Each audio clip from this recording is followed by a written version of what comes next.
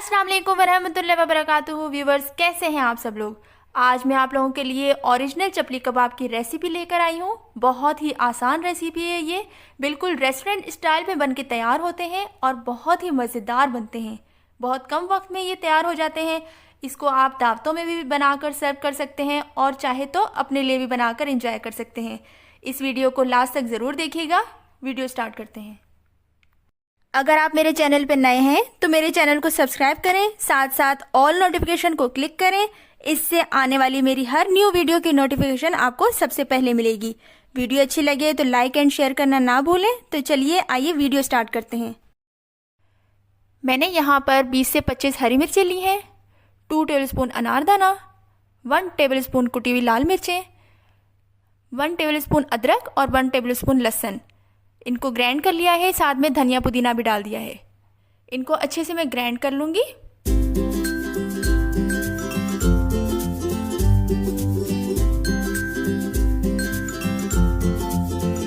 मैंने यहाँ पर लिया है 3 kg कीमा और कीमे को अच्छे से मैंने साथा लैम का ले लें, मटन का ले लें या बीफ का कीमा ले लें, जो भी आपको पसंद हो।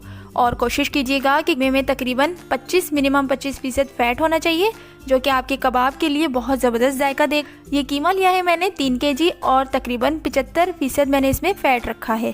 3 मीडियम अनियन लिए हैं जिनको मैंने चॉप कर लिया था। अब इसमें मिर्चें, धनिया, पुदीना चीज़ें जो मैंने ग्राइंड की थी ये शामिल कर दूंगी। अब मैं इसमें सारे मसाले शामिल कर दूंगी। नमक मैंने 1 टेबलस्पून डाला है,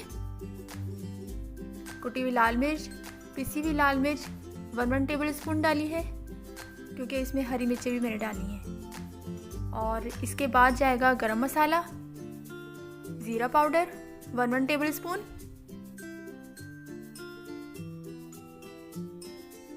और 5 टेबलस्पून मैं कॉर्नफ्लोर के डालूंगी।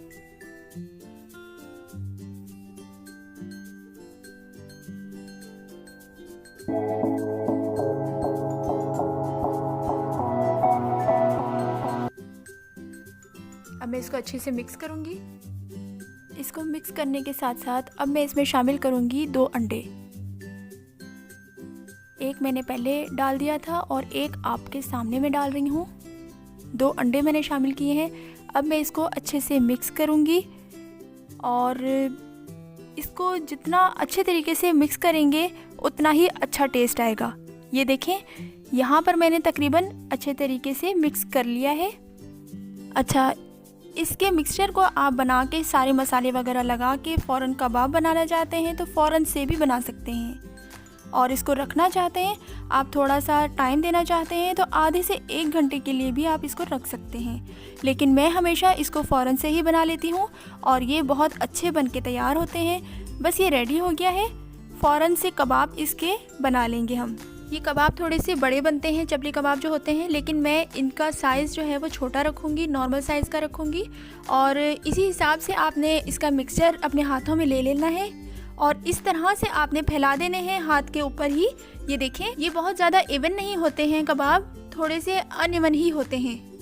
एक सीक्रेट मैं आपको बताती चलूँ इन कबाबों को सॉफ्ट और जूसी बनाने का, कि मैंने इस तवे पे मैंने किनारे पे चर्बी रख दी है और वो चर्बी पिघल के ऑयल बन रही है। उसी ऑयल से ये फ्राई हो रहे हैं कबाब और इतने जूसी और इतने मज़ेदार बनेंगे, आप देखिएगा। लो मीडियम फ्लेम पे आपने इसको फ्राई करना है।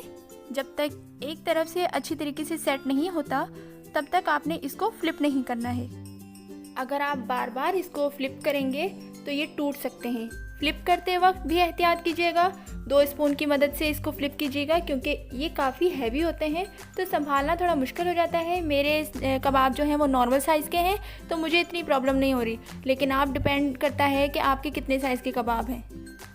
3 से 4 मिनट लगते हैं इन कबाबों को फ्राई होने में। जब आप लोगों के कबाब फ्राई हो जाए तो इनको निकाल लीजिएगा।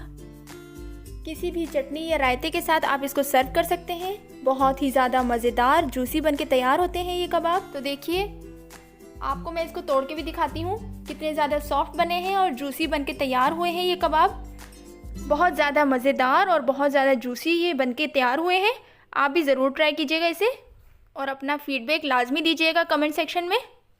व्यूवर्स, इसे ज़रूर शेयर कीजिएगा अपने फ्रेंड्स और फैमिली के साथ। तो अपनी दुआ में मुझे भी याद रखिएगा।